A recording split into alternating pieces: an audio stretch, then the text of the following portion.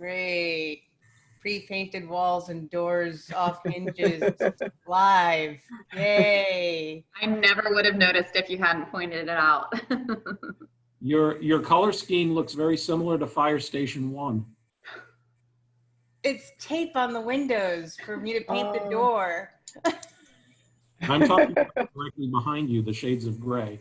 All right, I think Mr. Deebenow is in now, so we should be good. Yep, I see Mr. Deebenow. And Mr. Deebenow, can you hear us? I can, thank you. Not sure if you've got a camera or if you want to leave it off, that's fine. Steve, can you just do, oh, there you are. There he is. Can you do a quick 1-minute introduction of yourself before we get started into the details? Can you hear me okay? Yes, we can. Okay, great. I'm a land use and zoning lawyer at a local law firm, and I've been working on various projects in Jacks Beach and the surrounding areas for, I don't know, 25 years. And I'm just really interested to hear what the feedback is. I've attended 2 of the meetings, I think, that were more residentially focused, just to observe, and that's what I intend to do today, is just to observe what folks are talking about from the business perspective. Thanks for having me. Fantastic.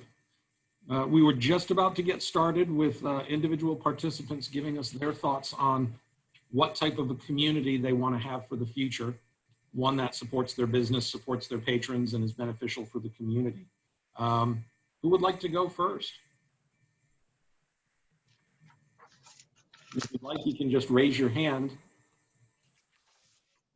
And if no one wants to go first, I'll call on. Sonny's got his hand raised. We'll let you go first, Sonny. I'll go. I'll be brave here.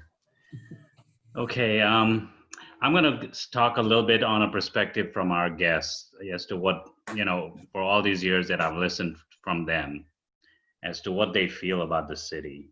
They really like Jacksonville Beach, and many times they compare it to Daytona.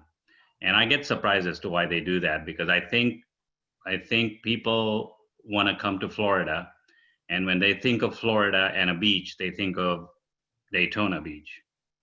And when they come to Jacksonville Beach, they are a little bit surprised because they think it's going to be like Daytona Beach. And when they get here, I think the thing that's very positive that I hear from them is that typically they're all bringing families, and what I see today is the families are children that are of a younger age, meaning high school and lower, and they've really enjoyed the fact that they can be here. The beach is not crowded, it's family friendly, and that's what they want. So from that perspective, I think when we look at Daytona Beach, I don't think that's what we want to be. I mean, I think there's a perception that people think that Florida is like that, and I think we're different. And I think it's a good different. I think there's things that we need to do to make it more attractive for sure, but I don't think we need to go to that extreme. Is what I'm trying to say. I think one of the things that the negative that I always hear is the safety factor. And I know everybody talks about the homeless issue, and that is the biggest challenge. And nobody has a magic pill for that answer, but that typically is what usually comes about in the conversation, that their safety and their fear is because of the population of homelessness that's around that downtown area. So when we think of, so if we're just going to look at Jacksonville Beach as a downtown, I think that's a challenge that I think people feel. I see that they love the fact that they can park the car and they never have to get back in the car. So I really feel that that's a great plus. The fact that they can go to the beach, they can go eat, they can go a little bit of shopping, they can go to the parks close by, they can go to the museum. So there's so many different things to do, but I think it's not that clear yet. So I think there's some room that we need to work on for sure. And what does that mean? I mean, I don't know. I don't want to sit here and compare to another city as to what we should look like. But when I say that if I want to be somewhere, I want to be somewhere where I feel safe. I want to walk. You know, it should be inviting for me to walk. I want to explore. If I go eat at a restaurant, I just don't want to come back out of the restaurant and just sit in my car. I want to walk further. And I don't think I get that feeling right now. And I think that's where I feel that we need to get to. So when you ask what's the aspiration, where do we want to get there? I think that's the missing part. It could be that, you know, after the restaurant, we want to go eat ice cream, or we want to walk along the boardwalk, or whichever way. But I think the safety factor falls in there, and people step back again. So that's, you know, to start off, that's my 2 cents. Fantastic. Excellent. Thank you. Who would like to go second? I'll piggyback on that. Okay. I mean, basically, I had, you know, a safer, healthier, active lifestyle. You know, when my wife and I are part of a group called Young Presidents Organization, and we hosted a family meeting in Jacksonville Beach, well, actually in Ponte Vedra, but people from all over the state came, and they couldn't believe how amazing Jacksonville was. You know, we're such a hidden gem, and a lot of that's good, but we do want more people. You know, we've got the height restriction, which limits the massive growth, which I think is a good thing. But, you know, on the safety side, I think that, you know, you get on First Street and you kind of navigate around the homeless, and then now you're walking through the bars, and, you know, it's just a really tough, it's a tough solution. But I think it's something we could achieve. You park in Atlantic Beach, you walk around, you feel safe. You know, once your car's parked, you're done. And you could go to the ice cream place or the restaurant or wherever. So I think we can get there. We just need to get there, you know. Okay. Excellent. Thank you. Mr. Allen or Mr. Gay, either of you like to take a stab at it? I have my hand up. Oh, I'm sorry. Yes, Janelle. Okay, I've been trying to raise my hand from the beginning and it never appeared. So anyway, sorry about that. I would like to echo what Sunny had to say about the downtown area and our visitors here. I think safety is very important. We have a lot of visitors that come. They love the area, but they don't stay after dark. And I've had family that visited here, the same thing. They're used to being on the west coast of Florida. They can walk at night up and down the beaches, go crabbing, that kind of thing. Here, they are not safe to go after dark. So I think that's one of the things we need to address. And, you know, with that comes the homeless, and that's, as Sunny said, is an issue. How do you deal with it? It's a problem, and we've made a lot of progress in it, but there's still a long way to go. And to echo to Mark's comments about the downtown area, if we had an area that was walkable, they walked from restaurant to restaurant, kind of like the town center at the beaches. That's kind of my idea of what the downtown should be like. We can get out, walk around, go from one restaurant to another, from one venue to another, have even shops and things that are open, entertainment for the children, and have it just a family-friendly type atmosphere. And along with that, I'm not sure that we maybe should think about having a staff person that coordinates events dedicated to just events downtown in our park area, to monitor the things like family-friendly events and be more hands-on with doing things that happen downtown. But again, the big thing is, I think, safety right now and making it family-friendly. Another one too that came up recently that I would like to address, and I don't know if this is part of what you're looking for here, but with the pandemic, we had a lot of the businesses that, of course, they couldn't open up the restaurants, but they were doing takeouts. And they had signs that were put up, you know, banner signs. And then, you know, the city was telling them, you've got to take these down, they're illegal.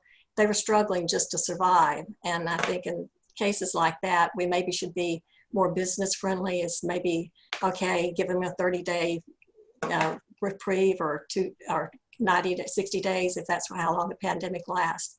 But a lot of businesses suffered from that. And then it was like got a slap in the face saying, take down your banner signs. And we need to be more sensitive to what businesses are going through, they're struggling through. And I don't know how we do that. I know the law is the law, but at the same time, when we're in a situation that we've never been through before and struggling with businesses, we need to be aware of that. And another concern that I've voiced, throughout for the last 10 years probably, is any of the policies that the city council makes, I would like to involve the citizens more. And I know that's hard to do because they don't want to come to meetings. They don't like to be involved. But if we could have some business citizens groups, maybe involve the Chamber of Commerce or a small business group at the beaches, and especially in the downtown area. So when we have things that come up like alcohol ordinances and anything that affect them, have them be a part of the solution and give their ideas too, not just the city council deciding, the police force deciding we're going to do this or that, but let's work with them. And I think we'll get a lot more cooperation that way if we can do that. And and not just the downtown area, but we've got lots of other areas, the South End redevelopment area, even on Beach Boulevard, the shopping center there where the post office is. That could be another little pocket area, do a entertainment area. You've got the kids jumping thing there now, Jump Street, which is a positive for children. And you've got some restaurants there. And we could improve on that by helping businesses, making businesses more easily relocated there. And I can perceive that as being something like in Atlantic Beach, where you've got Fish Company and another Mexican restaurant, and it was the one that closed, but it probably will be opening back up again before long. So that could be another little pocket strip that could be user-friendly, business-friendly, and family-friendly for people to go to restaurants and for children to have entertainment also. So just some of my ideas. Thank you. Very good. Thank you.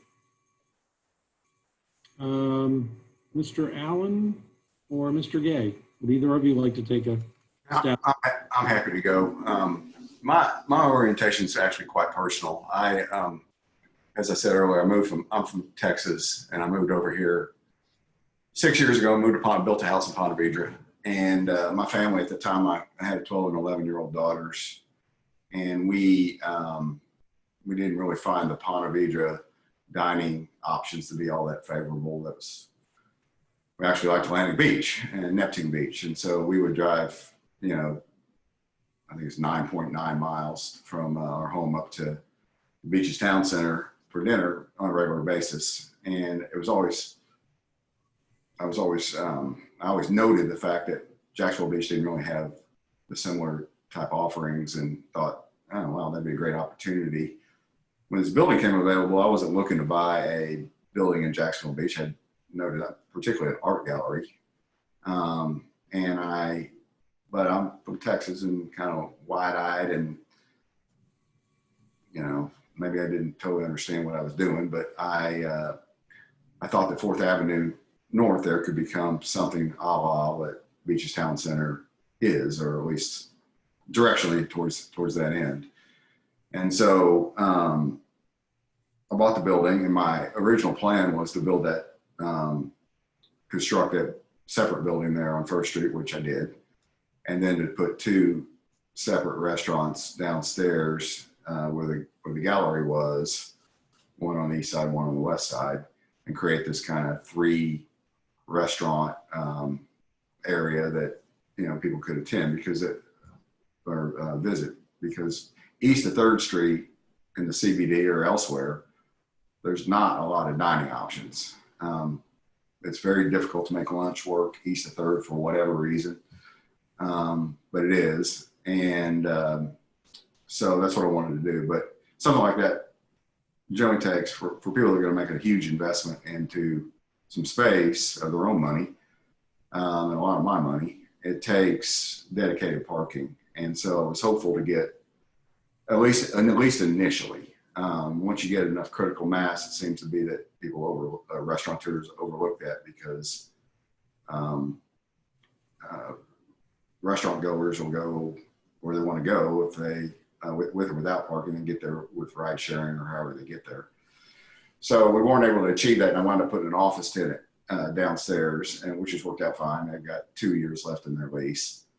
But I mean, that's my goal. My goal is CBD, restaurants, mixed use, some retail. I mean, something actually fairly similar to Atlantic and Neptune Beach. Not exactly the same, maybe even have some more upscale options, but also have some type of retail offerings, you know, the ice cream and all those kind of things as well, little haberdasheries and such. And so, you know, I'm in now, bought the building, bought some adjacent land, and still desirous of doing that. But it, you know, there's some code issues we can get into. I don't want, probably offline, but parking's definitely an issue. On the homeless population, and in 4 years we've been here, at least specifically where we are in Fourth, it has really died down. I mean, we don't have to, you know, chase away people sleeping on the front porch anymore at all. I mean, there's essentially no homeless right where we are, and maybe they're just migrated somewhere else, but we don't have it. And we've been very encouraged to see, you know, the new hotel development, you know, with the Margaritaville and the Spring Hill and the Elements. I think those are some real positives. So the pier reconstruction. So again, mixed use. I mean, absolutely family friendly. I wasn't interested in anything further south of here. Didn't want to be in that bar scene to try to do what I've been taught, what I was just speaking to. So we look, you know, I think the two words that really fit how I like to operate and how our team likes to operate is to be, you know, collaborative and very approachable. So we're in it with a broader group, and with that, I'll turn it over to someone else. Thank you. Thank you. Mr. Gay, how about you?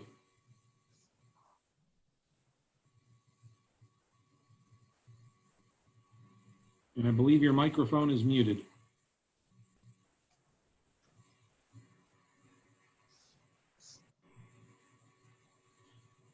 Mr. Gay, can you still hear us? Oh, there you go. Yeah, I can hear you. I'm sorry. That's okay. Well, I heard Mr. Bika and Janelle talking about those are the considerations with the loitering. I don't really have much to add to that, frankly.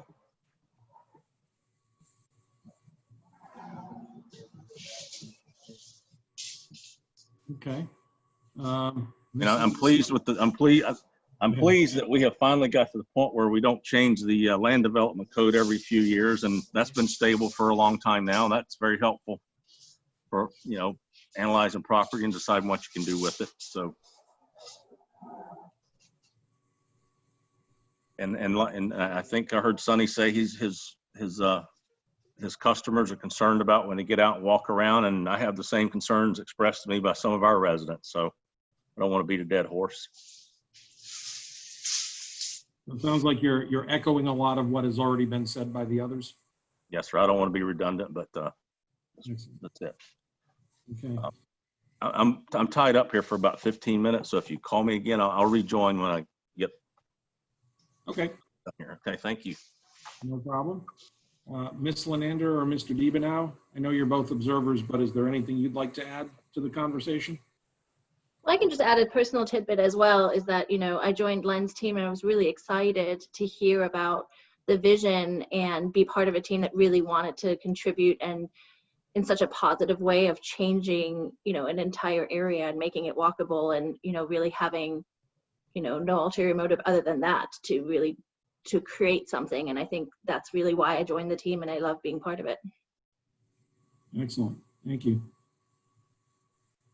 I'm good. I talk all the time, Mike. I'm happy to just listen tonight. Gotcha. Thanks, Steve. I'd like to jump back to something that was said a little bit earlier, only because it's something that comes up every conversation that we've had so far. And Mr. Bika, you used the term first, family friendly. And you spoke to the visitors that come to the downtown that represent a lot of the hotel guests in that beachfront setting. and that they're coming with young children and that they'd like it to be family friendly.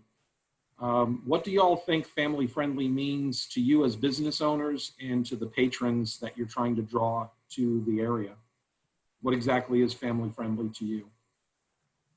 So for me, for what I see is that the fact that we're right at the beach, that they're able to do just simple activity, right? It doesn't have to be that they need to go to a Disney World or anything like that to enjoy the day. What I see, what I see with the parents is that they're able to spend time with their children and create a memory that is very simple, and it could be just the stroll on the beach or just walking down the street. And I think those little things and watching the sunrise, it just puts the whole package together, where I think they walk away feeling like that their family was appreciated of the time that they spent in Jacksonville Beach. And I think the Southern hospitality that most of our businesses have, and I think most of them do have that. So I think even though we have a lot of bars and all that, I think the hospitality factor is there. I don't think nobody's trying to run a bad business or anything like that. Obviously, there's a lot more bars, and that's a choice that people have made. To build that, open their businesses there. That's not something that we can dictate as to what should go in a particular place. But I think that moment that people are spending is what creates family friendly to me. I don't think to say that, oh, we have Adventure Landing, that we have this. It's very, very minute, but the fact that they're able to create that memory is what I walk away when I see them spending their time, because they stop me all the time and they just say, oh, we had such a great time. And at the end of the day, what was the time? It was spending the time at the beach, but doing what? It's that doing nothing, but the kids being kids and being able to not worry about bumping into somebody. That's always the one thing that I hear about our beach, is the fact that they could sit there. If they wanted to listen to their own radio, that they could do that. They could have a conversation, not have to listen to somebody else's conversation. And at the same time, the kids could run around. And I think that just generates that family friendly. So how do we emulate that into other parts of our city? I think that's what it is. I think it's the environment, right? I don't think that you have to have something specific, certain type of business. I mean, obviously that all plays into the thing. But I think at the end of the day, it's the environment. It's the walkway that we create. It's the lighting that we create. It's the greenery that we create. All that puts it all together. And I think those pieces of the puzzle are missing. I truly feel. I think we're very fortunate in our backyard that we have a beautiful ocean, and every morning we have a breathtaking sunrise, which everybody wakes up to, and then they look at that, and whatever problem they had or whatever issues they had, they just disappear, because I think they start a new day with a fresh look at it. So that's my perspective of what I feel family friendly is. Fantastic, thank you. Would anybody like to add to the thoughts on family friendly? I have my hand up. Yes, you do. Sorry about that. I would again agree with Sonny that family friendly, we've got the beach, that's what they come for. But they also, as being a parent and everything, I think the number one thing about family friendly and the beach is safety. And if you've got people wandering around that they don't feel safe, then that's a big factor. We have our parks, and I think we could improve our parks, like the Fifth Avenue South Park. That's a great family gathering park. You've got volleyball. You've got the UNF Sculpture Park across the street. That's a great area for families to come, and they can have shaded area that they could, take a break from the beach. But again, they come for the beach. That's what the draw is to the beach. And as long as they feel safe. And then the other thing is that our lifeguards are an integral part of that also. Because a lot of parents come, they don't understand the undertow, if they come from other areas, the safety that they need to be aware of in the ocean, and letting their kids play. So we do a great job with our lifeguards, but then we don't always have as many lifeguards as we probably should have for the safety of the beaches for the kids. So the main thing with parents, I believe, is having safety for their children to make it family friendly. And as Sunny said, you don't have to have all these big parks and things, but it's nice to have, and it's nice to have just, laid back parks such as the Pier and the Fifth Avenue South Park, to have people, families to wander around and to be together. So again, safety is the big issue. Thank you. Okay, thank you. I'd like to add on to that if I could. Go ahead, Mark. Okay, so I think for families, absolutely. Safety, of course. I think we could get a younger crowd, more professional, potentially crowd, by having some kind of workout course, like some kind of workout training playground, kind of, so to speak, on the beach, similar to South Beach. And I don't want to say we want to be like South Beach, but just have maybe some inner city walking trails, where people can walk or jog or learn about the city as they're walking around the different parts of the Central Business District, going to the beach. Lighting at night. I mean, I think it needs to burn your retina when you're walking the street at night, because it's just too dark. I don't even like to drive down First Street from Surfer Bar, north. I mean, it's tough, but I think it just needs just a lot of lighting. There are some police that are out, and you see their cars and their lights and so forth, but it needs to be a little softer than that. Somehow, if they could they need to be known that they're there, but just not as in your face. Let's see.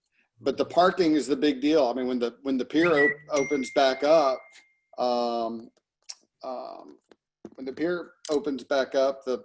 people are going to need parking for, excuse me, let me turn this off. They're going to need places to park. And when restaurants open up, and I've got a development coming in the downtown business district, we bought Campeche Bay and Ruby Beach, and, that's going to generate some traffic. And so, anyhow, that's pretty much all I got. Okay. Anybody else want to tack on the family friendly? Mike, I have a comment. Yes. In response to Mark, one of the problems we have with lighting is the sea turtle patrol, and the lighting, with the sea turtle nest. So that's a big issue, and we have to weigh it out. The sea turtles are against lighting to get rid of the bad element, the negative elements downtown. So that's a real issue that we've struggled with for a long time. Sure. And so it's kind of like, how do you, that's why the lighting is not as good downtown, because of the sea turtle nest. And I guess, and that's in my opinion, because we just passed an ordinance recently about sea turtle lighting again, and making it more strict. So that's a balancing act about safety, lighting for safety, and then driving away the sea turtles. So thank you. Yes, Sunny. Just I forgot to talk about the skate park. Very positive reviews about the skate park, as far as some, when we tell them that there's a park there and that the kids would enjoy going there, they all walk away coming back to say really good experience. So I think that's a really good thing that we have in our backyard that I think doesn't get highlighted enough. So any way that we can do on a marketing side to make sure that we're doing that, that really helps to do that. And on the lighting thing, I know we're all saying the same thing, but we can't be the only place where the sea turtles come and not any other city. So I think we just have to find out what other people are doing. The lighting can be lower. It could be facing west, not east, whatever it is. I'm not the expert to tell you what to do, but just to use the sea turtles as a way to not do it, that's not right. Okay. Taking some notes. We talked a lot about the downtown area, and obviously a lot of you from the business perspective are invested in the downtown or near the downtown. How about other portions of the city? Sonny, you have a hotel that's further out on Beach Boulevard with the Holiday Inn Express. I think, Mr. Gay, when we spoke, you have apartments that are further down outside of the core. How do you perceive the other portions of the city with regards to where it should be going with our commercial corridors, Beach Boulevard, A1A South and North, Penman Road, the residential neighborhoods that are all west of 3rd? What are your thoughts with the future of that as far as the community goes? So I can speak on Beach Boulevard. I mean, it hasn't developed to be what it should be. I mean, there's enough cars going through that road, and yet there's so many restaurants that still stay closed. That whole post office plaza is still not what it could be. Our hotel's there, opposite that plaza. It does great. The opportunities still exist more for it to do well and to develop. So I think Beach Boulevard has a great opportunity, but I can't answer as to why it's not doing that. Maybe Mark and they can do that because they're developers more in that kind of a space. But when you look at the Office Depot Plaza, that's doing great. That's really done well there. Same thing with all the way at the end at Home Depot. We're doing much better there. So I think there's areas that are doing better, and I see the traffic. In everything that we do, I know it's going to sound a little selfish because I'm a hotelier, but we get people, if you think about the hotel, I think probably 400 rooms get rented every day in Jack's Beach, and that's 400 people that are not from the city. So we have that opportunity to use them to generate revenue. But if they're not going to enjoy different parts of our city, then we lose that opportunity. The people that live in the city, they can't spend money every day eating out or things of that nature. But the ones that are in the hotel, they eat out every day. They fill up gas. They want other services. So, like you mentioned, Mike, we need to be beyond just downtown. So it needs to be Beach Boulevard. It needs to be 3rd Street. Even on 1st Street, it needs to go all the way at the end. And I know there's a lot of residential, but selectively we have to try and do the best we can just to create that movement. But those are the areas that I feel that needs to happen. I don't go down much on Penman to speak about that, but I know that needs help there. Okay. And I asked that question for a specific reason. Janelle, you had brought up creating almost an activity center on that west side of Beach Boulevard over by the jumping thing for the kids. And I wanted to get the perspective of some of you as to, whether the development we have in the community is the right development, whether it's something that needs to intensify or have different layouts to support not just the visitors, but the community at large. And Sonny, I think you summed it up pretty well, that there are some plazas in some commercial areas that are doing very well and others that aren't and need some assistance or need some infusion, so to speak, to get it to where it should be. Mike. Have any thoughts on that? Mike. Yes. Your hand's still raised. I see it. I know. I raised it again. I raised it again because I want to make a comment about that. Sure. Can you hear me? I can. Oh, yeah, I can hear you. Okay. That plaza, where the post office is, I mentioned that, but also on the north side of Beach Boulevard, right there, that's also a great opportunity. You've got RPs there, but you've got other buildings that are not so great. And I know it's a mixed use area. You've got the car wash, you've got offices and things, but all of that could be cleaned up and made into more uniformity or more of a destination type place. And if you had the post office shopping center all, you know, like the Atlantic Beach or some of the other places that families go to, restaurants and shops and various things to do, I think that would be a great asset too. And if I could just jump back on a comment that was made earlier, I had my hand up again, but someone mentioned, I don't know if it's Mark or who mentioned for the beaches to have a jogging trail, have activities and exercise places. We do kind of have that in our South Beach Park, you know, where the skateboard park is. And we got exercise bars, various things along the trails. So we could maybe enhance that. We've got tennis courts and pickleball courts and things. Maybe that could be enhanced and promoted for visitors to use, you know, jogging trails and kids park and everything. So that's another, as Sunny mentioned, a great attraction, and the kids love it if they know about it, and we can expand that. While the kids are skating, then adults could, you know, do the jogging trails or something. So we could enhance that more. So sorry to jump back on that, but well, good stuff. What I'd like to do now is migrate into a combination of questions 2 and 3 that are on the handout that you each received. And that question, we started scratching the surface a little bit with regards to some very specific issues, but the questions of what will it take to reach our aspirations and what is standing in our way of achieving those aspirations.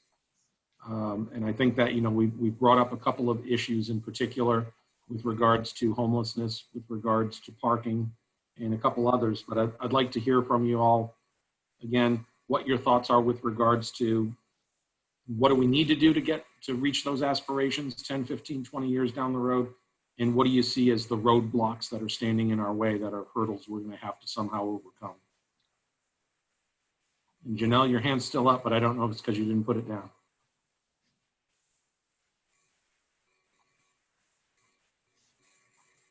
So who would like to take a stab? I think Mark wanted to do that.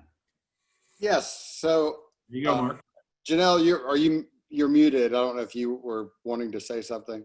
no, I was fine. Okay. Well, for the central business district, it's going to be parking and parking garages. And let's just hope it doesn't take 20 years to get one. You know, the city's charging a lot of money per parking space for people.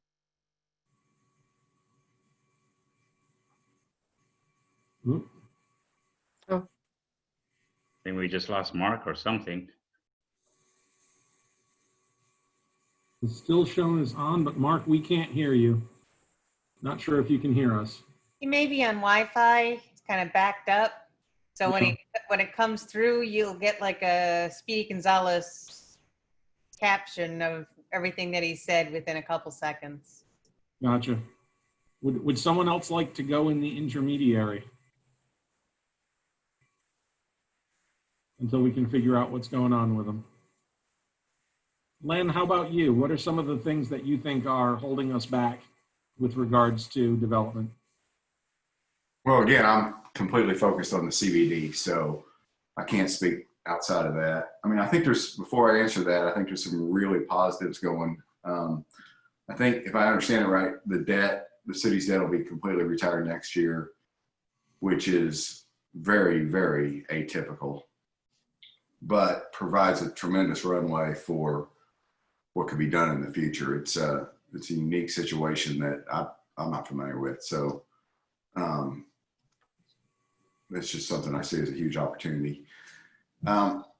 This safety thing is huge. I mean, I haven't been down here late at night. It's not really my demographic, but I was down here one time, and I've seen this place, 11 p.m. and on, 11 p.m., 12 p.m. And it's, wow, it's a totally different place. And fortunately, it's for the most part contained down between south of where we are, down towards at least to First Street. But I wholeheartedly agree with the lighting. I don't know anything about the sea turtle ordinance, and some the idea that was put forth about having the lighting face west and all that kind of thing, I think it's something that really needs to be explored. In terms of parking, there's a lot of parking right around the pier, city parking, but I don't know that it's all that effective. And to me, you need better, more targeted parking. I think there definitely needs to be a parking garage. And one of the things I've always thought is there's a huge opportunity to build one immediately on the south of us on 4th Avenue. City owns most of that land. Other than that, I think it's about an 8-plex in there that, could be bought. So I don't have any great ideas. All I know is that more lighting, more safety, more, and I agree also with what someone said, just having police cars going up and down the road is not the answer. And also, I will say this again on an optimistic note. I think it has gotten better. I think some of the stuff that's happened on the southeast quadrant of the beach and A1A is a positive with what Vescor's doing there. And I see a lot of things trending the right way, but until we fix some of this parking and safety issues, which I don't really know what to do other than to get it better lit up. And I think more activity, more of the type that we all want in and of itself is going to help on the safety side.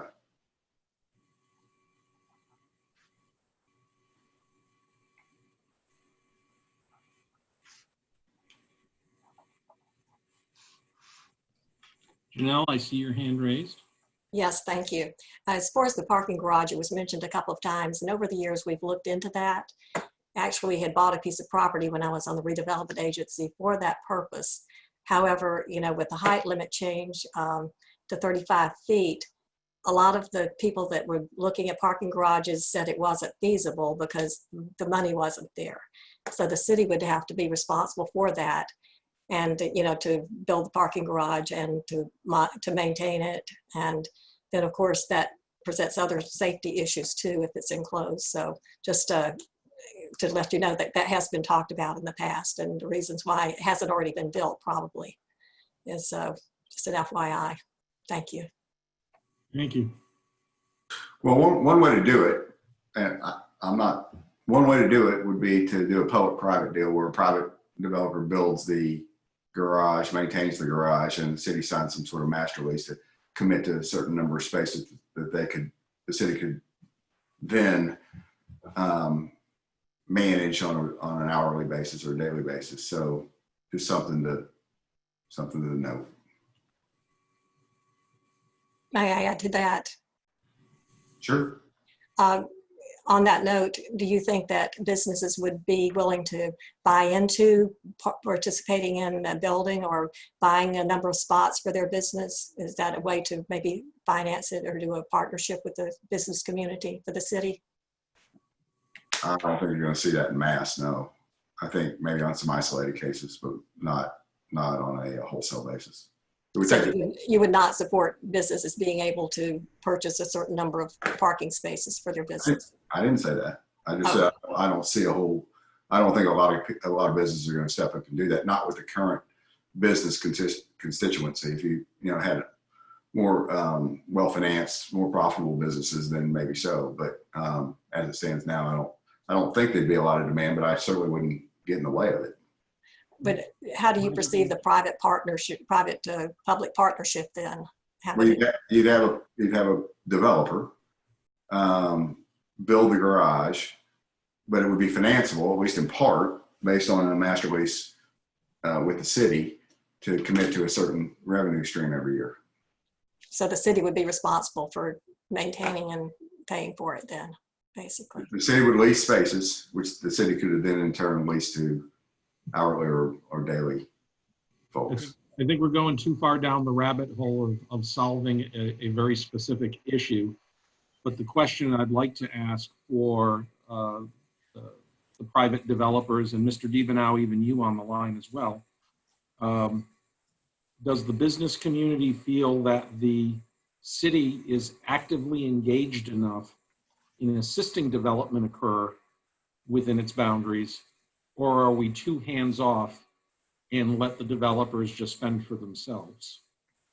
So in other words, Mr. Allen, you're referring to P3s, public-private partnerships, and rather than talking about a very specific interest or a very specific activity of a parking garage, the question is, do we have the right codes in place? Do we have the right incentives in place? And do we partner enough with the business community to make sure that they can get their product done and the city benefits by having a good product that is, quote, family friendly, meets the intentions of what we're trying to achieve, et cetera? Or are we too hands off in that arena? I guess since you asked, I guess my observation would be that, I can only use the parking garage as an example. We spent 2 years talking to the council, talking to the CRA. We made presentations at the council, 2 at the council, 1 at the CRA. We talked to the staff on multiple occasions. And, the idea never got traction for whatever reason. And so I don't know how else we could do it except talk about it and engage with people and try to generate interest. But the reason that the building, the J. Johnson Gallery now is an office building and not restaurants is because we could not figure out a way to motivate the city to work with us on parking. We offered garage, we offered buy, we offered lease, we offered public-private partnership, we offered surface parking lot. Maybe we overwhelmed the system with too many different options trying to show flexibility. But certainly I think that one of the things that I think you've addressed is kind of splitting the planning director away from a CRA director.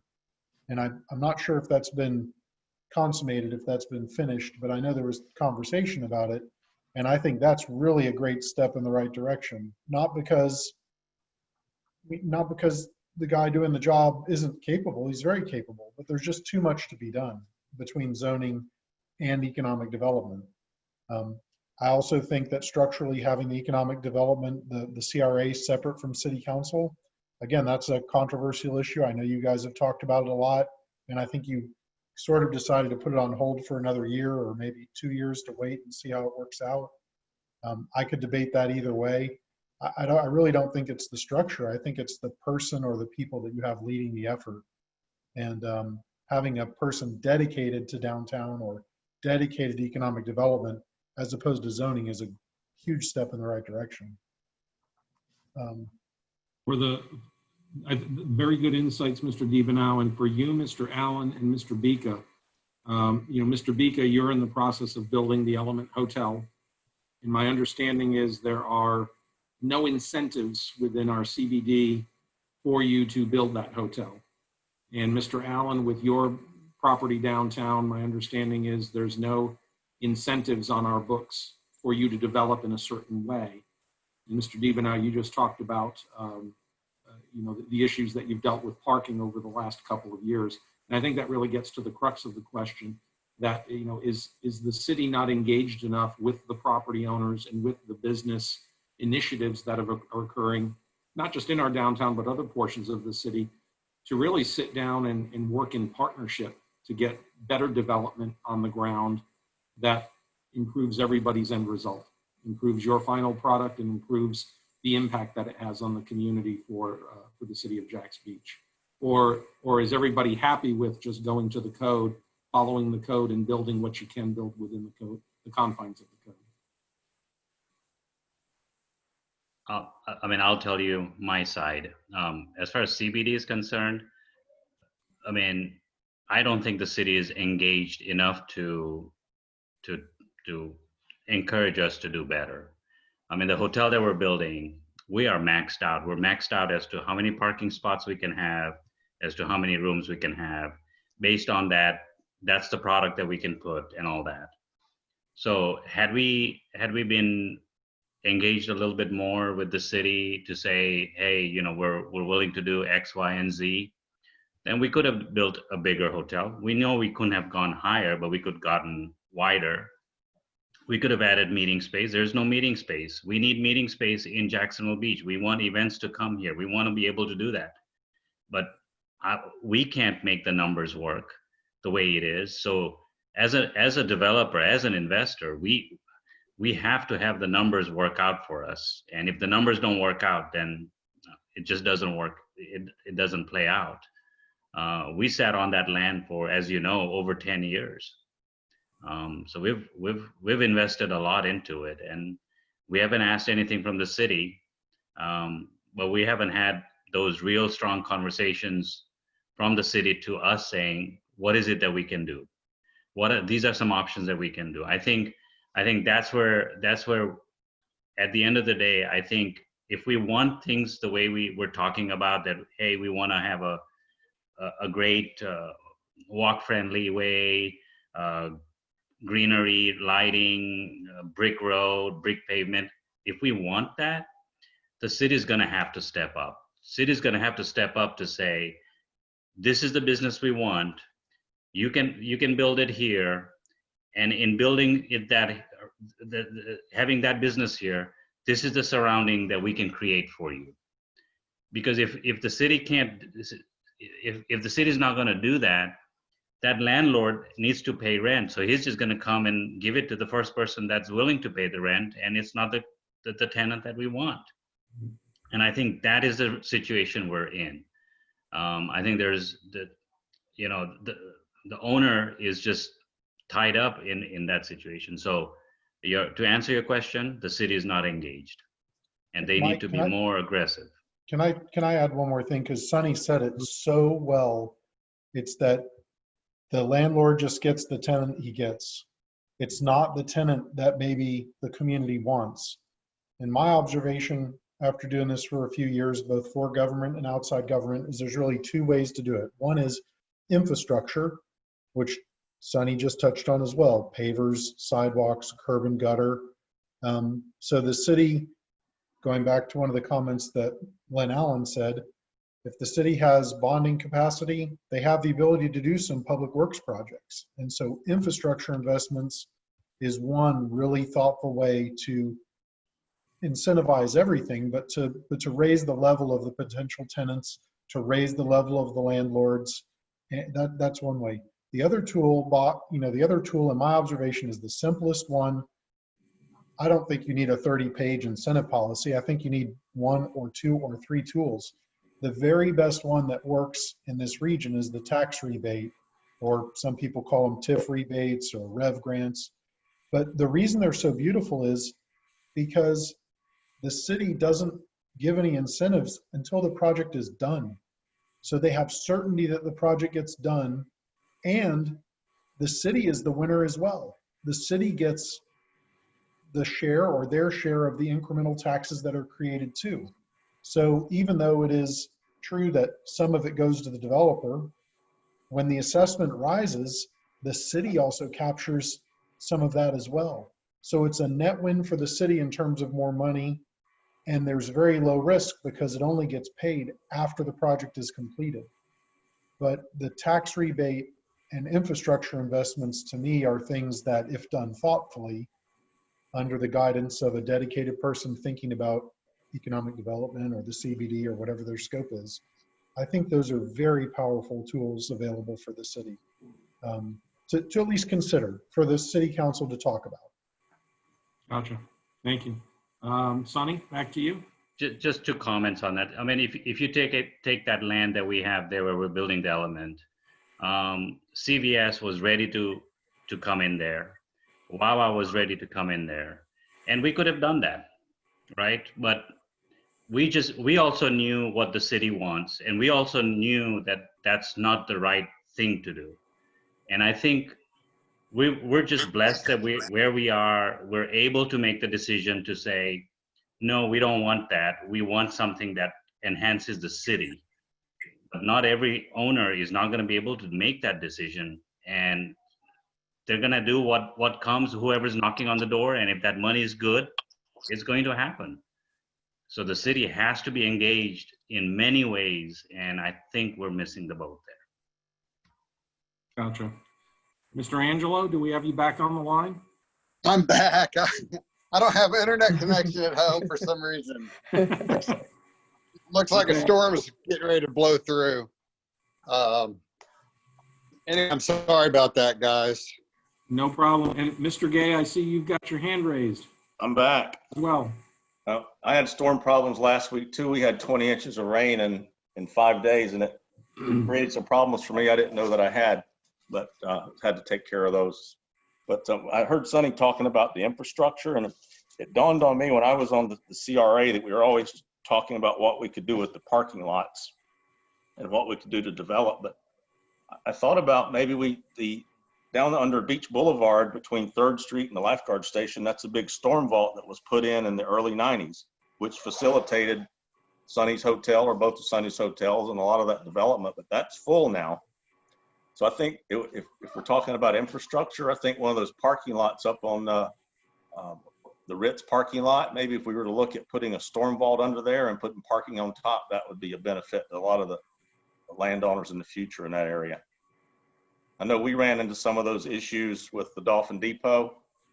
I think the fact that we had already had 2 stores on that site before we demolished it, that we had enough credits with the stormwater runoff to make our project work, but other people might not be as fortunate when they try to develop the north end.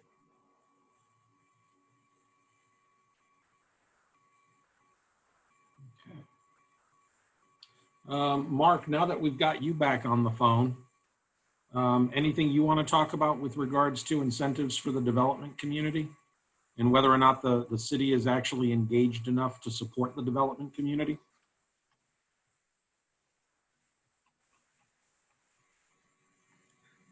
Uh-oh, hopefully we didn't lose it.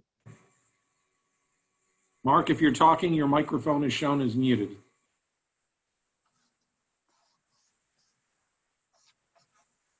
Well, big green M, that's got to be him.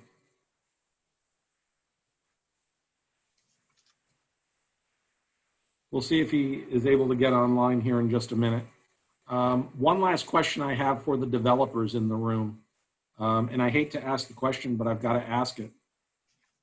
How restrictive is the 35-foot height limit into achieving your goals with your properties? For me, I'll say it's very, very restrictive. So I think it's for the central business district, it's hurting us a lot. I think it's the wrong thing for that area.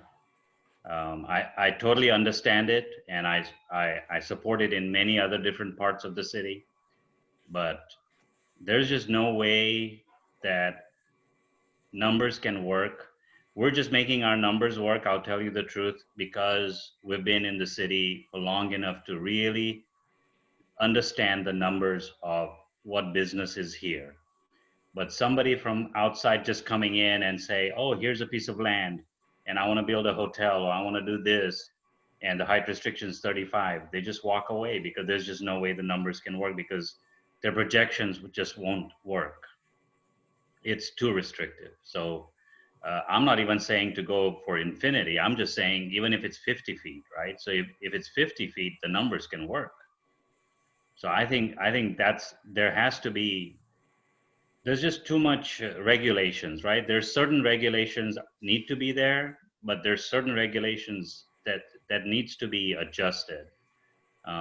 If we want growth in the right direction, in the right way, I think we need to make small adjustments in that way. Okay. Scott, I see you've got your hand raised on this issue. You would unmute your microphone. Okay, sorry. Yeah, I've had developers call and talk to us about coming to Jacksonville Beach, and they go, "We hear you can only build 35 feet down there." So the word's out amongst developers, and I really don't have an answer for them other than, well, there are only a few of the properties left that have vested rights, and a lot of them, I mean, they just lose interest when they hear that. Now, I know we can't overturn a referendum without a referendum, so I'm not sure what the mechanics of that are, but I agree something needs to be done, or we're going to stay where we are. Okay. Anyone else on that particular issue? Steve, I would like to hear your comment on that. Well, I grew up in Hollywood, Florida, and so I'm intimately familiar with the height debates because in Hollywood, they built a bunch of towers right on the beach, and the shadows from the buildings go out onto the the beach. And I remember going there as a kid, middle school and high school, and in the evenings, it was a very different place than it was before the towers were built. So I get it. I really do. I think, but at the same time, you've got the ability to build closer onto Third or even back a little bit further to the west in the CBD, where I think some height, again, not unlimited height, but I think some height would really help. The garage that Janelle mentioned a little while ago, certainly the height limit affects the ability and the efficiency of the garage, because if you want ground floor retail and you want the retail to be engaged so that you have activity on the streets, that's going to take up basically 16 feet, maybe 18 feet of your garage to do the retail bays, because you need that height. You need the height because those are the kind of tenants you want. You want tenants that are going to want higher clearances because they're better tenants. They're national or they're sophisticated regional tenants. That's who you want there. You could do 10-foot ceilings, but then you're going to get tenants that maybe aren't the kind that you want. So yeah, the height is restrictive. I think the two biggest, in my mind, the two biggest opportunities would be to be more thoughtful about garages if there's truly going to be a retail component, and giving garages the ability to exceed the hard cap of 35. And then the other one is maybe not right on First, maybe not on the east side of Second, but somewhere, there's some line somewhere in the CBD where a taller building can make sense, I think. But again, not unlimited. I don't pretend to know what the right height would be.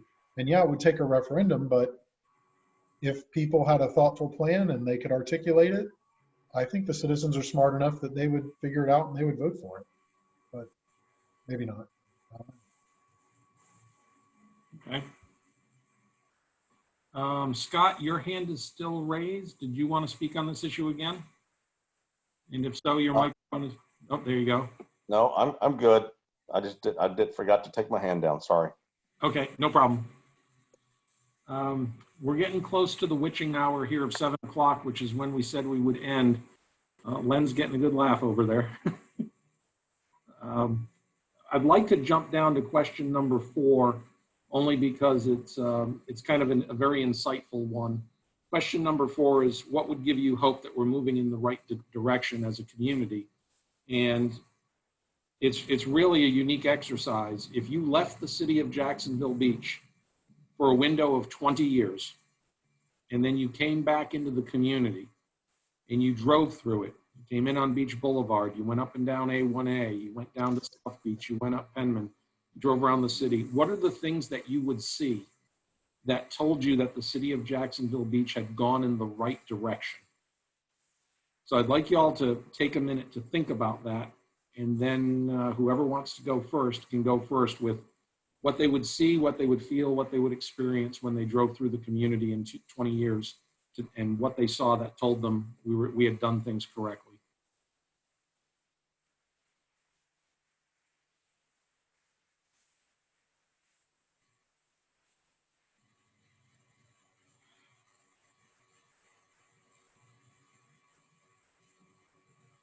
Waiting to see who raises their hand first. Well, Looks like it's Scott. Scott, you got the floor. all right. Well, this won't be popular, but I would hope that in 20 years that all the land that the city owns now, where the city hall is and the plaza, that the development desire was so great in Jacksonville Beach that the city would have no choice but to sell those things and move the administrative offices over to Penman. That would tell me that we're where we need to be. I think that's what's impeded the downtown growth of Jacksonville is the riverfront. The prime property was tied up with government buildings for so long that we got way behind. And I know that's probably out of the box, but thinking 20 years down the road, that's what I would like to see. All right. Thank you. Janelle, we'll jump over to you next. Thank you. My thoughts are similar to that, but if I came back 20 years, drove through, the streets would be well landscaped, well taken care of, the Penland Road, the Beach Boulevard corridor, and families would take pride in their properties. They would be out socializing and gathering at parks and participating in activities. Our downtown area would be clean, pristine, well landscaped, and businesses that were also being visited by families and like we've talked about before, being family friendly, and events going on that are family friendly and safe, so that we wouldn't have to worry about the safety for their children. So kind of what we've been talking about all along, family friendly type activities. Thank you. Gotcha. Thank you. Who wants to go next? I'll go. I mean, I want to piggyback almost what Scott said, is that I think there's a lot of real estate that we're not utilizing, and I'm hoping that we utilize that real estate, including be it the pier, including the boardwalk. I mean, we have a boardwalk that just sits there every day, every weekend, and I think we don't utilize it. Be it utilized to have retail, or I mean, there's boardwalks that are that have farmers market or whatever. I'm just making things up right now, but even the pier, I've been to somewhere in California where the pier is fat enough that there's things on there. There's a restaurant at the end, so that's what I envision, that there are people wanting to come out to the beach, not only just for the ocean, but to be part of the ocean and enjoy those activities that are wholesome, and that is just walking with family and enjoying the day. Because I really feel that we have a great real estate that we're just not utilizing. Got it. Thank you. Scott, I see your hands back up again. Would you like a redress? No, my screen went blank and all I can see is how to launch a Zoom meeting, so I don't have any control. Okay. Mr. Allen, how about you? Just happy I'm not having any technological issues. To me, walkable is a huge thing, that people feel safe to walk around, and you just see people out in the streets with, I agree with what's been said before. We're not looking for Disney World here or any kind of, Ferris wheels and all that kind of thing. Just I kind of think more of a throwback Norman Rockwell kind of thing where, ideally, you have front porch patios and people sit out on their porches and they know their neighbor and everything's walkable. There's, wholesome things to do. That's kind of how I look at it. I think a lot of good things are happening. You see, despite all of the challenges, there's a lot of, pretty high-end homes going up east of 3rd and even in some of the more challenged areas of Jacks Beach. So it's kind of happening despite itself. And I do agree wholeheartedly that the city, which by virtue of this meeting alone indicates something to me, that the city needs to engage more with some of the chief constituents, or some of the constituents that are working to make for positive change. Okay, thank you. And Sonny, back to you. I think that we have an opportunity also under the bridge on Beach Boulevard by what am I thinking? Marina? Beach Marine? Yeah, by the marina. I think that area, there's just too much potential there. And what downtown has done under that bridge, why can't we have something like that? So I just feel that there's so many things like that we already have it. We have the real estate. I think we have a lot of vision, but I don't know, not that everybody can do it, but I think those are the things that I think if we can vision it, then we can find the people, the developer can find the people that are wanting to invest into it. So that's what I see, that there's things that can be done, and not just downtown, but different parts that can help all those areas. And then the values of every home and every neighborhood can improve because of that. Gotcha. Okay. Nicole or Steve, either of you want to throw 2 cents in? I know you've both been observers, but in the event you want to throw out a comment. And Janelle, I see your hand raised. We'll come back to you in just a minute. Yeah, no, just to echo the sentiments, the walkability, and there's just a great opportunity with what we have. And if we can collaborate and just like Len said too, by virtue of this call, to start the conversation. And if there's a specific project, to at least have the audience to discuss the opportunity and what it could be, and at least have that feedback be heard. Okay. Yeah, I would, in 20 years, I hope there's more oceanfront dining opportunities. I think that's a big marker that that's not unique to Jacksonville Beach. I mean, Jacksonville has very few, waterfront dining opportunities as well. But I think waterfront dining on the ocean is something that's a big marker. I think the boardwalk that Sonny said, again, I go back to my time growing up in Hollywood. I left there in high school and I came back, and you go down there now, there's a 2-mile long boardwalk that's 50 feet wide. And along that boardwalk, you've got every imaginable business. You've got recreation. You've got people that visit that go specifically to the boardwalk to exercise. And that's their last impression before they leave Hollywood, before they go to the airport. They exercise, or they walk around, or they go to one of the cafes. And that's just infrastructure. I mean, I think it's, again, oceanfront dining and a boardwalk. I don't know who else said it, but yeah, selling all the city parcels, not indiscriminately, of course, but thoughtfully disposing of them and having them put back on the tax rolls is a big one too. And Janelle, back to you. Thank you. Following up on Sonny's comment about the boat ramp area, and just an FYI, I'm sure everybody knows this, but the actual boat ramp where Mike McHugh is owned by the city of Jacksonville and maintained by the city of Jacksonville, or I guess not maintained very well by the city of Jacksonville. So that's one of my pet peeves that I've been working on for years, and especially during the pandemic, the trash was overflowing there. It was a eyesore because the people would go into the restaurants for takeout. They would go down to the boat ramp and picnic there, and all of the garbage was overflowing. There was no way to, and it was all over the place, blowing everywhere. Wildlife and animals were there. So I think we need to work closely with Jacksonville on that part specifically, and improve the parts that we own. The parks like Cradle Creek is a beautiful area, and I used that a lot more when the beach was closed. You couldn't get to the beach, so Cradle Creek and a lot of our other parks were more utilized, and I think we have a new appreciation, but we need to keep maintaining those parks and make them top-notch and make people want to go there, and for our visitors to be proud of, or want to go there and us to be proud of. Thank you. Excellent. Well, that concludes our 90 minutes and concludes our conversation for this evening. Just to let you all know that we did hold 6 conversations with residents throughout the community. This was the 7th one. We were going to try to do it in person right as COVID-19 was hitting, which held us up a bit, but I'm glad we had an opportunity to do something virtually.